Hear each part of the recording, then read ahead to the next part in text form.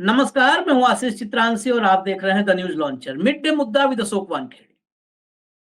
दिल्ली के LNJP hospital में लाशों की ढेर और अस्पताल के बाहर चाक चौबंद सुरक्षा, सीआरपीएफ के जवान और उसी के आगे नोटों का ढेर। 500-500 के नोट, मोदी के अफसर और वहीं पर बांटना चालू। क्या कानून की धज्जियां उड़ाने वाले पैसों के पीछे लाशों को ढकने की कोशिश करने वाले, ये इसलिए बोल रहा हूं कि बहुत सारे लोगों की ये मंशा रही होगी कि तत्काल जब पैसा हाथ में आएगा, नोटों के 20-20 बंडल हाथ में आएंगे, तो आदमी नोटों के बंडल संभालेगा या फिर मातम मनाएगा और मीडिया को बताएगा। इसलिए ये बड़ा महत्वपूर्ण सवाल है कि सारे कानूनों की धज्जियां उड़ाते हुए पैसे के पीछे लाशों को और आंसुओं को छिपाने की कोशिश करने वाले अश्विनी वैष्णव क्या जेल जाएंगे? रील मंत्री क्या जेल जाएंगे? इस कार्यक्रम में यह सवाल होगा। उसके बाद इसी कार्यक्रम में सनातन के पोस्टर बॉय योगी आदित्यनाथ की एंट्री होगी, जो सनातन की परिभाषा वो बता रहे हैं। आज उस सनातन की परिभाषा को दिल्ली में नोटों के ढेर के सामने, उस परिभाषा को हम समझने की कोशिश करेंगे, उसका पोस्टमार्टम करेंगे, क्योंकि अंदर भी पोस्टमार्टम ही हो रहे थे, बॉडी के पोस्टमार्टम। भाऊ को जोड़िए चर्चा में, फटाफट कंट्रोल। स्वागत है भाऊ आपका। बड़ी चौंकाने वाली रिपोर्ट है, मैं आपको दिखा दूं हेडलाइंस उसकी। कम से कम 2 करोड़ रुपए जब लाशें अंदर थी, लाशों की ढेर, उसमें अस्पताल के बाहर पैसे बांटे जा रहे थे। न्यूज लॉन्ड्री की ये रिपोर्ट है और न्यूज लॉन्ड्री की ये रिपोर्ट रेलवे के एक बड़े अफसर के हवाले से है। इस रिपोर्ट में कुछ भी मनगढ़ंत नहीं है, अफसर के हवाले से है और वो अफसर बता रहा है कि 1,99,00,000 यानी 2 करोड़ रुपए नगद में बांट दिए गए, अस्पताल के बाहर ही नगद में बांट दिए गए। आप 50,000 रुपया बैंक में नगद जमा करने जाइए तो पैन डिटेल मांगा जाता है, 49,500 जमा कर पाते हैं। 50,000 से ज्यादा नकदी पर ईडी आ जाती है मोदी की। ये कहां से 2 करोड़ रुपए आए? कौन बांट रहा था? 2023 के रेलवे के ही आदेश का उल्लंघन है। रेलवे का आदेश दिखाइए कंट्रोल रूम। 2023 का जो रेलवे का आदेश है, उस आदेश का उल्लंघन है ये आप देखिए सामने। Ministry of railway revise the amount of ex gratia relief paid to the dependents of dead and injured passengers involved in train accidents and untoward incidents. Maximum amount of up to rupees 50,000 to be paid in cash as an immediate relief for taking care of initial expenses. 50,000 रुपए से ज्यादा नहीं दिया जा सकता है, लेकिन 10-10 लाख रुपए नगद में बांट दिए गए। हाथों हाथ पैसा लो। हटा दीजिए इसको भाऊ।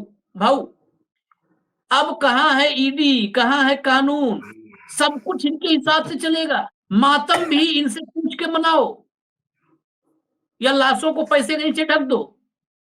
मुझे लगता है कि ये लाशों को पैसे से खरीदने वाली बात हो गई है या मौत खरीदी है क्या रेलवे डिपार्टमेंट ने, सवाल ये उठता है।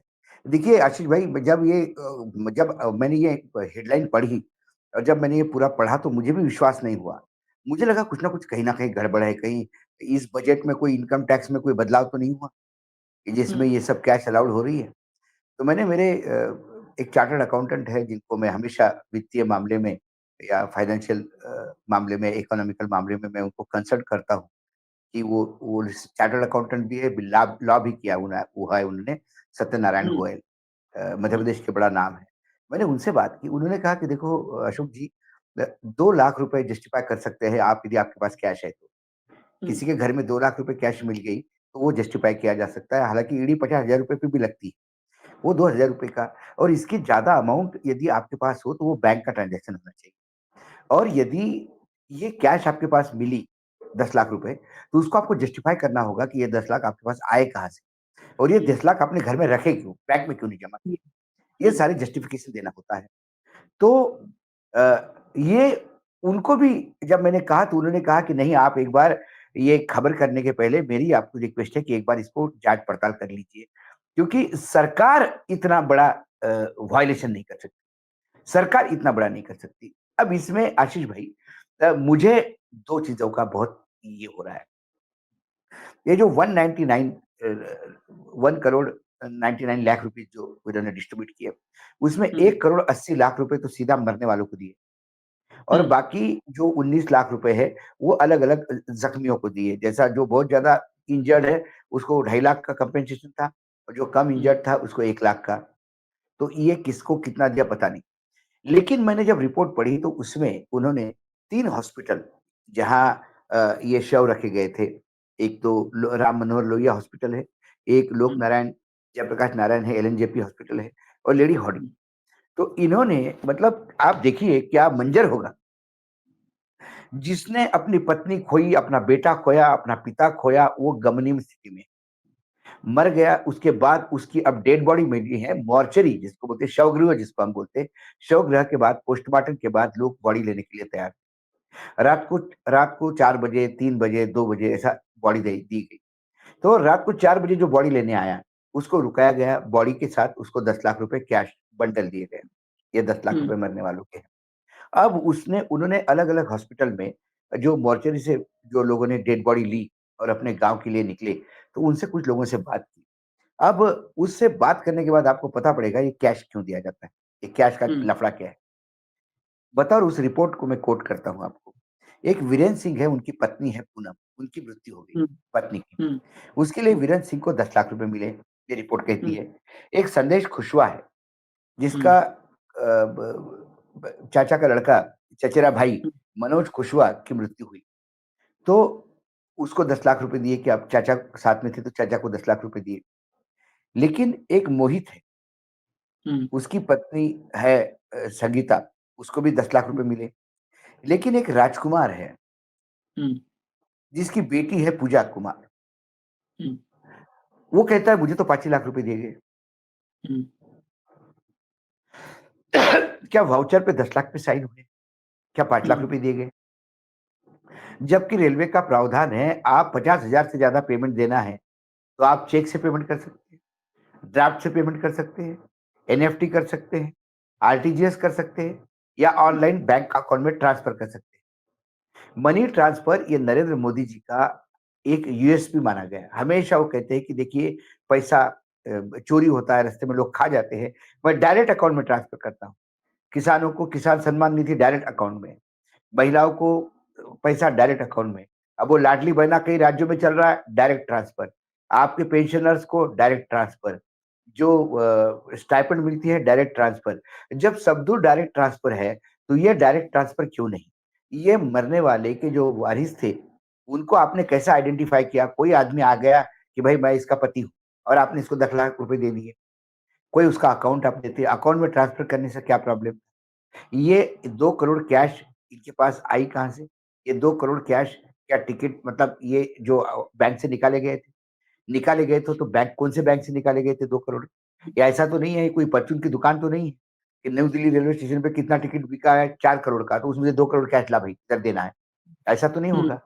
रेलवे का हर अलॉटमेंट होता है। रेलवे के कंपेंसेशन और एक्स ग्रेटिया के लिए बाकायदा एक सेक्शन है जिसके अमाउंट फिक्स होता है, उसी में से ये दिया जाता है। Prime minister relief fund prime minister किसी को भी नहीं बोल सकते, "अरे गडकरी जी हुँ, आपके यहाँ टोल ज़्यादा हो गया क्या थोड़ा-सा? दे देना मेरे को ज़रा 20 लाख करोड़ रुपए बाँटने हैं, ज़रा दे दो उधर।" ऐसा नहीं होता। प्राइम मिनिस्टर रिलीफ फंड का एक अपना कॉर्पस है, अपना एक फंड है, उसी फंड से पैसा दिया जाता है। सवाल है रेलवे का एक कॉर्पस है तो क्या ये कैश निकाला गया? कैश क्यों निकाला गया? इसका क्या जस्टिफिकेशन है? कैश क्यों बाँटा गया? क्या कैश बाँटने में आपको धाँधली करनी थी? क्योंकि एक ल आदमी कहता है कि उसकी बेटी की मौत हुई तो उसको 5 मिले।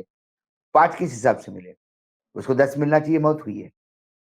और इंजर होगा, एक ही है तो ढाई लो लाख रुपए मिलने चाहिए। छोटी इंजरी हो तो 1 लाख रुपए मिलने चाहिए। ये 5 लाख का खेल क्या है? ये एक कारण। दूसरा कारण, ये सब लोग गरीब घर के हैं। हुँ, ये कोई वीआईपी नहीं है कि जो अपने एसी 2 टायर में जाएँगे ये। ये डेड बॉडी लेके जाएंगे, तो ये जो पैसा है साथ में 10 लाख कैश, इसकी गांव तक, बहुत सारे लोग उसमें बिहार के हैं, गांव तक 10 लाख रुपए की सिक्योरिटी क्या है? सवाल वो है। ऐसे कई सवाल उठते हैं इस पैसे बांटने में। तो इतना आनन फानन में क्यों? क्या आपको केस क्लोज करना था? क्योंकि कुछ रेलवे के अधिकारियों से हमने बात की तो उन्होंने कहा कि कई बार ऐसा होता है कि फटाफट पैसा देके मुंह बंद करो और केस क्लोज करो, यह हादसा भूल जाओ, इसके लिए तुरंत दे दिया। दूसरी बात है कि जहां सीआरपीएफ लगानी थी वहां तो नहीं लगाई आपने। हम्म कहाँ सीआरपीएफ लगानी थी? रेलवे स्टेशन पे सीआरपीएफ लगानी थी आपको, जब इतनी भीड़ कंट्रोल करनी थी।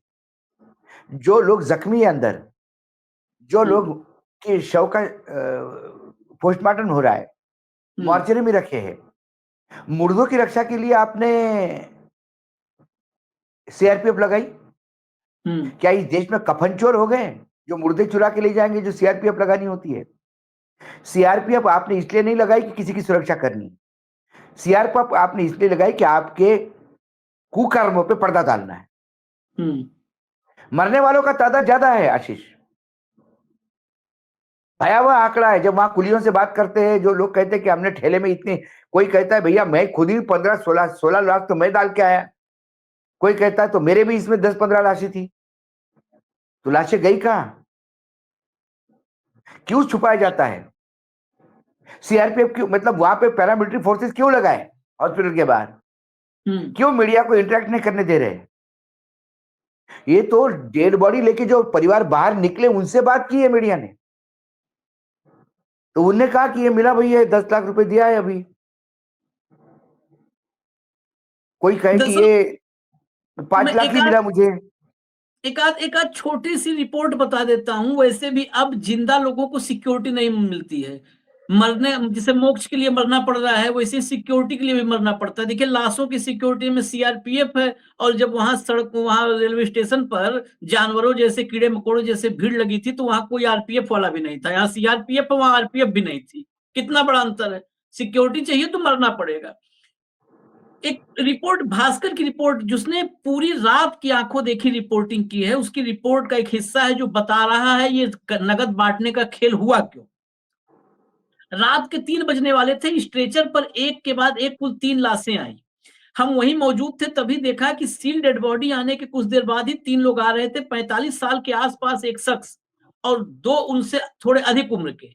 एक के हाथ में पानी की बोतल थी, आंख में आंसू, पर बिल्कुल शांत, कोई चीख पुकार नहीं। उनके पास हम बैठ गए।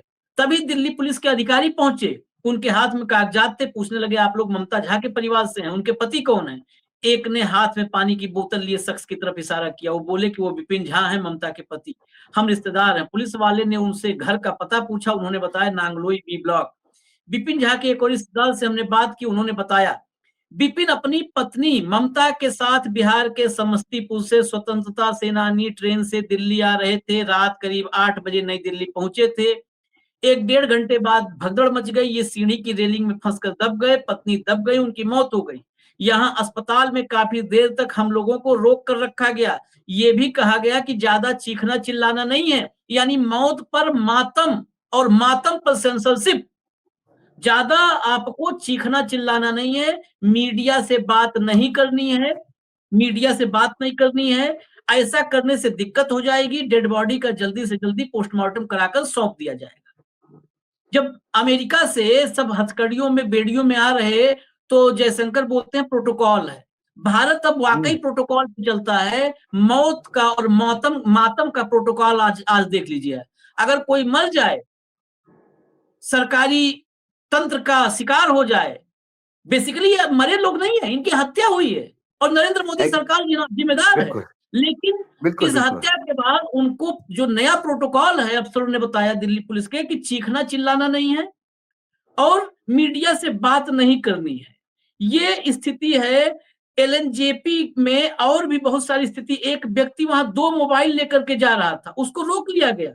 उसके हाथ में 2 मोबाइल देख करके रोक लिया गया और उससे पूछा गया कि कहीं मीडिया के तो नहीं हो, क्योंकि 2 मोबाइल कहीं ऐसा तो नहीं शूट करने जा रहा है। ये हालत है। उमैर रात के 12 से 3 के बीच में एम्बुलेंस से लाशें निकाली गई। हर लाश के साथ एक पुलिस वाले की तैनाती थी, हर लाश के साथ एक पुलिस वाला। सोचिए भाऊ, कहाँ मोदी जी ने भारत को पहुंचा दिया? हर लाश के साथ, जिंदा के साथ एक होमगार्ड नहीं कोई है। नहीं। इस देश में पुलिस का अनुपात 1000 पे इतना दुनिया के सबसे कम, जो जहां का रेशियो है कि 1000 पर कितना होना चाहिए स्टैंडर्ड, उससे बहुत कम है। वहां पर हर डेड बॉडी के साथ एक पुलिस वाला। उमैर वहां पर थे, जो है उमैर से करीब उमैर से 20 मिनट बात करने के बाद हम इमरजेंसी वार्ड की तरफ बढ़े तो तुरंत एक गार्ड ने रोक लिया भास्कर को। हाथ में 2 फोन लिए देखा, उसे शक हुआ कि कहीं हम मीडिया वाले तो नहीं, वीडियो तो नहीं बना रहे। तुरंत फोन चेक करने लगा, उस फोन में कोई वीडियो नहीं था। फिर मुझसे बोला तुरंत यहाँ से निकल जाइए। वहां से आगे निकलकर लॉबी में लगी लिफ्ट के पास हम रुक गए। ये हालत है। डेड बॉडी के साथ एक पुलिस वाला, मीडिया से बात न कोई कर ले। क्या छुपाना चाहती है मोदी जी की सरकार? हादसा हुआ, लोग मरे, सबके सामने है। छुपाना क्या चाहते हैं? सवाल ये है। रेलवे डिपार्टमेंट क्यों कह रहा था कि हादसा हुआ ही नहीं, अफवाह मत फैलाओ? फिर बाद में प्रधानमंत्री के ट्वीट पे ही क्यों लोग बोलते हैं कि मर गए करके?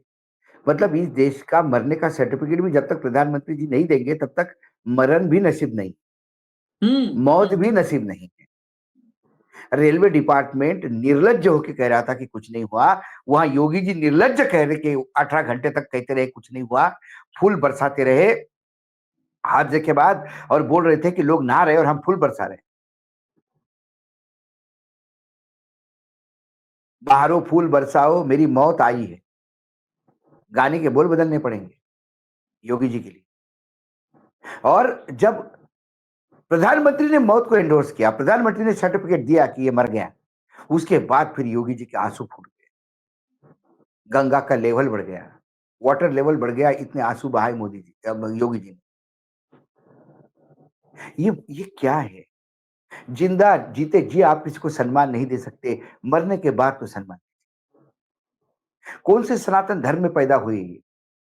ये मेरा सनातन धर्म नहीं है। या मरने के बाद या मरणासन्न स्थिति में लोग सारी दुश्मनी भूल के गले लगाते। रावण भी मरणासन्न स्थिति में जब पड़ा था, जब उसको पूरा छेद दिया राम के बाणों ने, तब भी सारी दुश्मनी भूल के राम ने लक्ष्मण को आदेश दिया। मतलब मैंने जो रामायण पढ़ी उसमें लक्ष्मण ही है, अमित शाह ने जो रामायण पढ़ी उसमें भरत है। तो लोग मुझे गलत कहेंगे कि लक्ष्मण थोड़ी थे, अमित शाह जी ने एक बार भरत बोल दिया तो भरत ही है। तो मेरे रामायण में लक्ष्मण को बोला कि जा भाई जरा उससे ज्ञान ले, बहुत बड़ा ज्ञानी जा रहा है आज दुनिया से।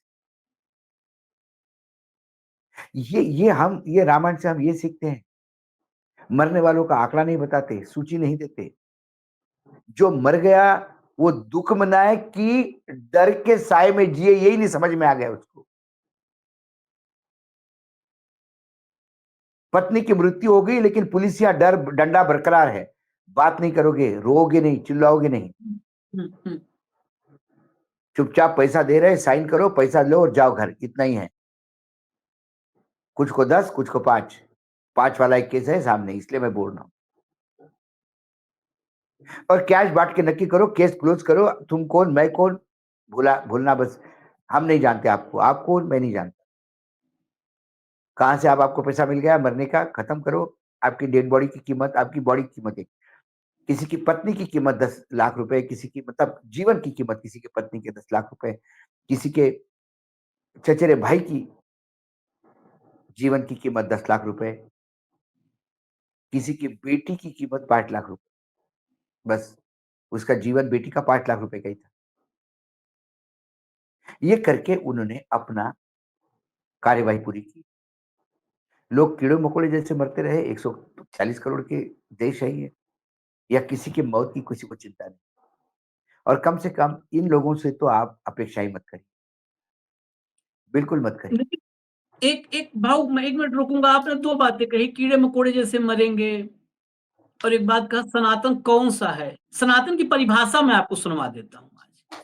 सनातन जो ने कहा था योगी की भी एंट्री इसमें करेंगे, अश्विनी वैष्णव या कोई, हम तो चर्चा कर लेंगे, कोई जेल नहीं जाने वाला। यहाँ पर सवाल पूछने वाला भले जेल चला जाए, ये लोग नहीं जाएंगे।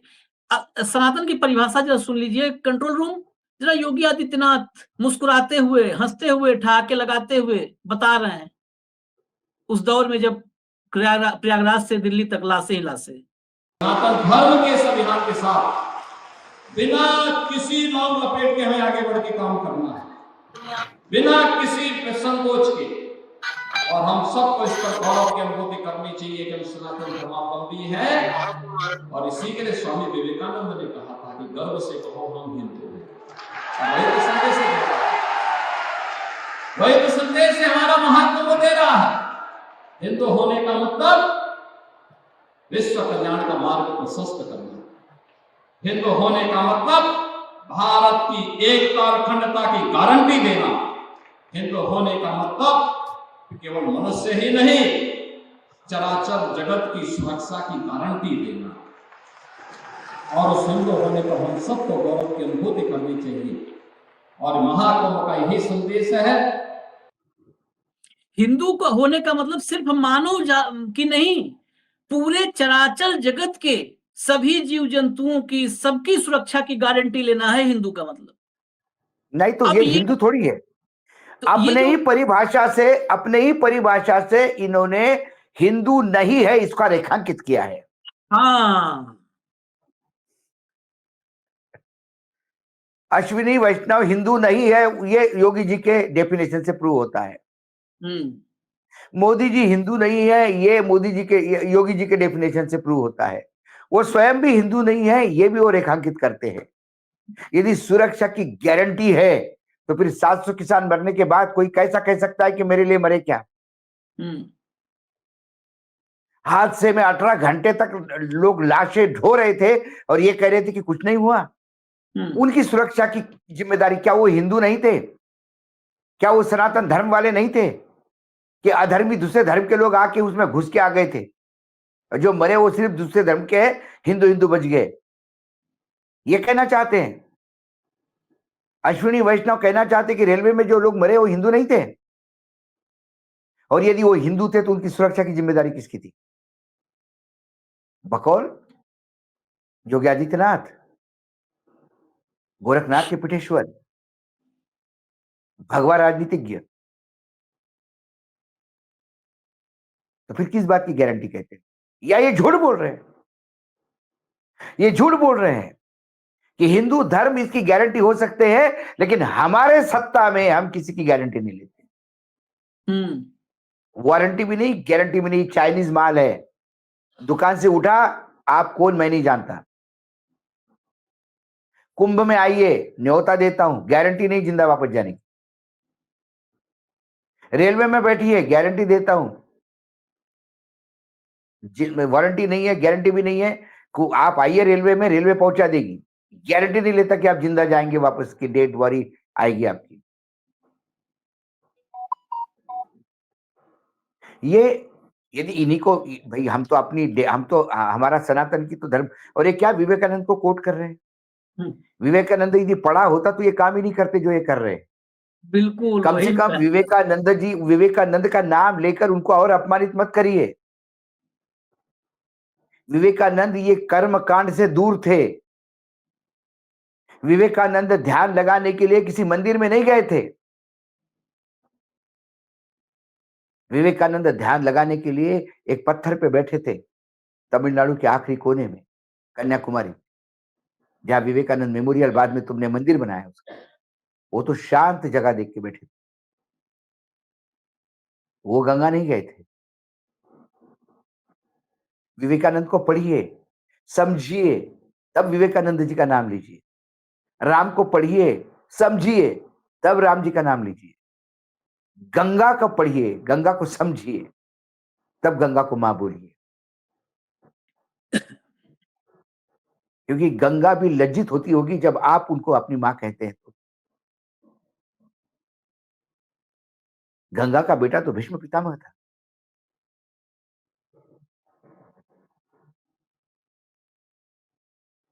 कुल मिलाकर आशीष, ये लाशों के सौदागर यदि ये कहें तो ज्यादा, आज मुझे जिस हिसाब से कैश बांटा, तो ये क्या लाशों के सौदागर है क्या? सवाल ये उठता है। और कहीं ना कहीं समाज को ये सवाल पूछना चाहिए और जो मैं लोग आखिर कहते हैं कि कोई लोग कहते हैं, मैंने कुछ वीडियो भी आपने मुझे सुनाए थे, नहीं, मैं लोग रोक कहते रहा हैं कि हूँ, मैं आपको आपको इसीलिए मोक्ष रोक रहा नहीं, हूँ, मोक्ष, हाँ इसीलिए रोक रहा हूँ कि जब आपने कहा कि लोगों को समझना होगा, तो लोग विवेकानंद को नहीं समझ रहे हैं, लोग दरअसल योगी आदित्यनाथ को समझ रहे हैं आज की तारीख में। और विवेकानंद को जो पढ़ा नहीं है, वो एक बार पढ़ ले, जो पढ़े रहे उनको पता है। अगर विवेकानंद के हिंदुत्व की परिभाषा में आप योगी आदित्यनाथ, नरेंद्र मोदी, इनको आप रखोगे, तो इस हिंदुत्व के ये विलेन निकलेंगे, ये मैं पूरी जिम्मेदारी से बता रहा हूं, ये विलेन निकलेंगे। उनका हिंदुत्व, ये विलेन निकलेंगे। उन्होंने तो हिंदुत्व के कुरीतियों पर ऐसे-ऐसे प्रहार किए हैं, कि कल्पना नहीं कोई कर सकता है। लेकिन क्या है कि जब हमारा देश कितना पढ़ा लिखा है, वो समझने के लिए अभी अगला वीडियो है, तुरंत कंट्रोल रूम चला दीजिए, तब फाइनल कमेंट लें। चला दीजिए, ये देख लीजिए। मैं गंगा जी के सामने इस हादसे में मर जाता मुझे बहुत खुशी होती, क्योंकि मुझे मोक्ष मिलता है। वो बहुत सौभाग्यशाली लोग होते हैं जिनका माँ गंगा के किनारे पर अंतिम संस्कार किया जाता है। ऐसा बात कर रहे हैं, मतलब वहाँ जो क्या मूर्खता वाली, पढ़े लिखे भैया, देख के आपको आपके शब्दों की मर्यादा जो है, जिस तरीके से बात करें पता चल रहा है, लेकिन इस तरीके आपसे आप उल जलूल की बात दूसरे माइंडसेट से आए हैं। आप क्या बात कर रहे हैं? आपको योगी महाराज को गलत दिखाना है, अरे हमको तो आप सही बात बोलिए ना, आप कोई सही बात बोलिए, मैं तुरंत समर्थन करता हूँ। धीरेन्द्र कृष्ण शास्त्री जी ने कहा, आप कह रहे हैं धीरेन्द्र शास्त्री जो कह रहे हैं सही कह रहे हैं, हिंदू भी तो मरने के बाद भी गंगा जी पे ही जाते हैं। मैं मर जाता और मैं गंगा जी के सामने इस हादसे में मर जाता, मुझे बहुत खुशी होती, क्योंकि मुझे मोक्ष मिलता। हम हिंदू हैं, हम ब्राह्मण हैं, हम इस बात का पूरा सम्मान करते हैं। बेचारा युवा पत्रकार था, उसने भी आखिर में सर पे हाथ रख लिया, नहीं और नहीं, तो सर पे हाथ इनके रखने लिए के अलावा कुछ नहीं आशीष, देते। आशीष इनके लिए फिर इनको हादसे की जरूरत क्या है? हम्म। किसने कहा हादसे के लिए, हाँ आपको मोक्ष पाने के लिए हादसा होता है? धीरेन्द्र शास्त्री को मोक्ष चाहिए, गंगा माँ बह रही है।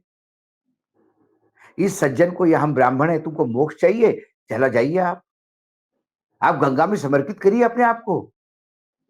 किसने रोका मोक्ष लेने से आपको? लेकिन आपको भगत सिंह पड़ोस के घर में चाहिए। इसके अपने घर का कोई मरा नहीं ना, इसलिए बोलता है कि मुझे गर्व होता। तुम हादसे में मरते तो तुम्हारे माता पिता और तुम्हारी पत्नी बच्चे छोटे छोटे होंगे, उसका क्या होता? उनका सोचो। और गंगा किनारे मोक्ष के लिए किसने मना किया? आप जाइए, गंगा में प्रवाहित हुई, खुद को प्रवाहित कीजिए। वहां तो चेन पकड़ पकड़ के नहाते हैं, क्यों? वहां मोक्ष की जरूरत नहीं है, वहां किस बात का डर है फिर? ये जो है, ये वो लोग हैं जो, मैंने कहा ना, पड़ोस में भगत सिंह चाहिए, अपने घर में भगत सिंह नहीं चाहिए। ये अपने माँ बाप, बीवी, बच्चों को लाए, मोक्ष दिलवाए, पुण्य का काम करें। जिसने काम बात कही, कितना घोर पापी है ये कि अपने माँ बाप को भी मोक्ष नहीं दिलवा पा रहा है, और बच्चों पत्नी को मोक्ष नहीं दिलवा पा रहा है। यदि मोक्ष की यह परिभाषा है, वो जो बाबा कहता है मोक्ष मिला, उनको किसने रोका मोक्ष के लिए? वो भी मोक्ष को प्राप्त हो जाए, लेकिन वो दूसरों को मोक्ष देने की बात करते हैं। खुद का पेट भी दर्द हो गया तो डॉक्टर के पास भागते हैं। हाँ हाँ हाँ। फिर गंगा किनारे आके नहीं बैठते कि बस पेट में दर्द हो रहा है, मर मुरा जाऊं तो यहीं से मोक्ष मिलेगा।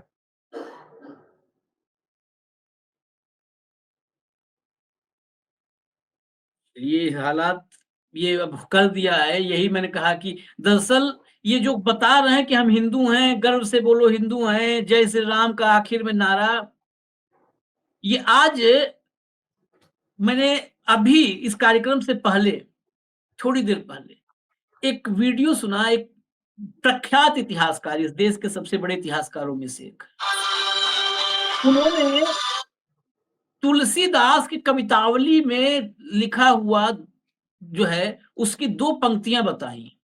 मांग के खइबो और मस्जिद में सोइबो। मांग के खइबो, मस्जिद में सोइबो। मस्जिद मतलब मस्जिद में। तुलसीदास ने कवितावली में लिखा था, वही तुलसीदास जिन्होंने रामचरितमानस की रचना की और पुरुषोत्तम को ईश्वरोत्तम बनाया, और फिर भाजपा को, उनको भी नहीं पता था कि आगे भाजपा होगी, एक पार्टी होगी। उन्होंने क्या लिखा, मांग के खइबो मस्जिद में सोइबो, मतलब मैं मांग के खाता हूं और मस्जिद में सोता हूं, मस्जिद में रहता हूं।